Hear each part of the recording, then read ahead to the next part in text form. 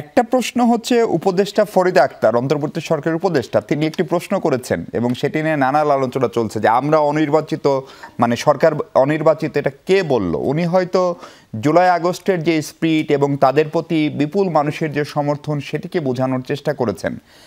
বিপরীতে কবি ফরাদ মজার তিনিও একটি প্রশ্ন উত্থাপন করেছেন যে নির্বাচন হলেই আসলে সবসময় গণতান্ত্রিক সরকার আসে না, কখনো কখনো অন্যটাও হতে পারে। ফলে এগুলোকে আসলে নতুন রাজনৈতিক বিতর্ককে উস্কে দিচ্ছে কিনা?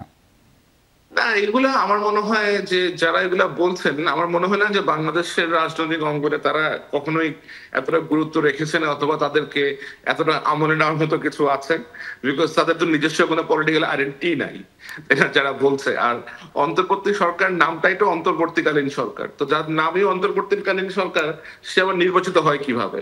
You tell me this. আপনি যখন ইন্টারিম গভর্নমেন্ট হন, আপনার নাম অন্তর্বর্তীকালীন সরকার, তো আপনি যদি নির্বাচনের একটা সরকার হতেন তাহলে তো আপনার নাম অন্তর্বর্তীকালীন হতো না নাকি? আর আরেকটা ধরেন, যারা বলছে এই হবে না সে হবে না, হু আর দিস পিপল? আপনাদের একটা পলিটিক্যাল আইডেন্টিটি থাকতে হবে।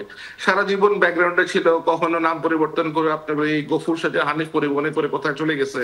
এই ধরনের লোকজন কি বলে না বলে, কে আপনার নিজের গুম হওয়া নাটক নিজেই করে, পাগলের মতো আচরণ করে, এরা কি বলে না বলে, এগুলো কি আপনার একটা দেশের ন্যাশনাল পলিটিক্যাল আলোচনা আসা উচিত বলে আপনার কাছে মনে হয়? আমার তো মনে হয় না এতটা গুরুত্ব দেওয়ার কিছু আছে। এদেরকে নিয়ে আমরা ফান করি, জোক করি, এত সিরিয়াস ব্যক্তিত্ব হলে তো আর এগুলো হইতো না, তাই না? জি, আপনি একটু আমাদের সঙ্গে থাকেন। আমাদের সঙ্গে সুলতান মাহমুদ জয়েন করেছেন, তিনি দৈনিক আমার দেশের ডেপুটি এডিটর। সুলতান ভাই, স্বাগত আপনাকে। আশা করছি আপনি শুনতে পাচ্ছেন আমাকে। জি, শুনতে পাচ্ছি কিন্তু ক্লিয়ার না, আপনি বলেন। জি সুলতান ভাই, আমার প্রথম প্রশ্ন হচ্ছে যে ফরিদা আক্তারের যে মন্তব্য, উপদেষ্টা ফরিদা আক্তারের, যে আমরা নির্বাচিত না, এই কথা কে বলল? সেটিকে অনুসন্ধানী সাংবাদিক জুলকারনাইন সায়ের আমলে নিতে রাজি না, কারণ ওনারা কি বললেন, ওনাদের স্টেক কি, সেটি উনি আমলে নিতে চান না। আপনি কি এই কথাকে গুরুত্ব দিয়ে দেখেন, নাকি আসলে এই সরকারের মেয়াদ নিয়ে যে এক ধরনের অনলাইনে কি বলা যায় এটাকে, অনেকেই বলছেন যে এই সরকার দীর্ঘমেয়াদী হোক, প্রফেসর ইউনূসকে এত বছরের জন্য দেখতে চাই, আপনার এগুলো নিয়ে মতামত বা মূল্যায়ন কি? প্রথমত আমি আপনার কথা একেবারেই বুঝতে পারছিলাম না। জুলকারনাইন যে কথাটুকুলো বলছিলেন সেখান থেকে শুনতে পাচ্ছিলাম কিছুটা, সেখান থেকে আমি আন্দাজ করে যেটুকু বলতে পারি যে অন্তর্বর্তীকালীন সরকারের মধ্য থেকে যে কথাটি উঠে এসছে, কোনো একজন অ্যাডভাইজার হয়তো বলেছেন যে আমরা অনির্বাচিত, কে বলেছে? তো এই ধরনের মানে এটি একরকম ফান বলা যেতে পারে। এতটা সিরিয়াস ইস্যু করবার কোনো কারণ আছে বলে আমার কাছে মনে হয় না। কারা নির্বাচিত আর কারা অনির্বাচিত, এটি দেশবাসীর কাছে বা আন্তর্জাতিক বিশ্বের কাছে নিজেরা নিজেদেরকে এইভাবে হেয় প্রতিপন্ন করবার কোনো কারণ আছে বলে আমি মনে করি না। কারণটা হলো যে দেখেন, এটি অন্তর্বর্তীকালীন সরকার কখন কিভাবে গঠন হয়েছে এটি দেশের মানুষ যেমন জানে, দেশের বাইরে যারা আছেন, আন্তর্জাতিক বিশ্বে যারা আছেন তারাও জানেন যে অন্তর্বর্তী সরকারে যারা এখন পর্যন্ত আছেন তাদেরকে কোন প্রক্রিয়ায় তাদেরকে অন্তর্ভুক্ত করা হয়েছে।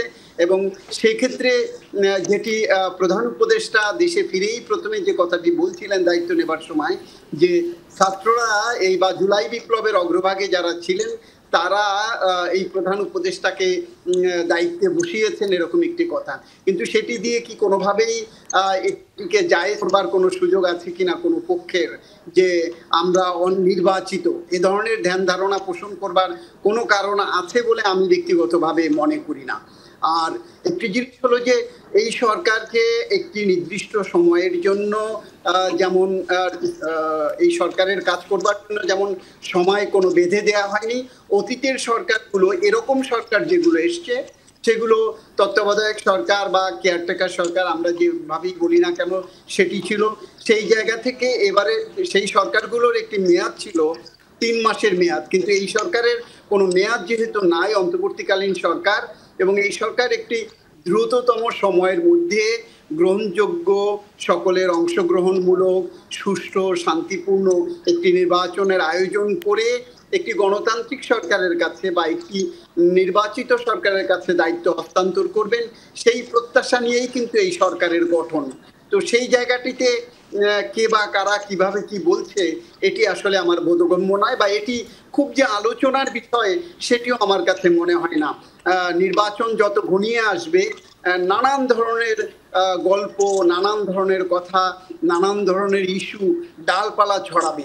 এখন সেই বিষয়গুলোকে নিয়ে যদি আমরা বিতর্কে লিপ্ত হয়ে যাই বা সেই দিকে মনোনিবেশ করি, তাহলে কিন্তু মূল লক্ষ্য যেটা, আমরা লক্ষ্যচ্যুত হয়ে পড়ি কিনা সেই আশঙ্কাটা কিন্তু আমার ভিতরে চেপে বসছে। জি। অতএব আমি বলবো যে আপনি আজকে আলোচনার যে ইস্যুটি তুলেছেন এবং আমার সহকর্মী জুলকার নাইন যেটি মার্কিন যুক্তরাষ্ট্র থেকে যেটি বলেছেন, আমি যতটুকু বুঝতে পেরেছি, আমার মনে হয় উনি যথার্থ বলেছেন এবং আমার মতামত কিন্তু বলতে পারেন একই রকম।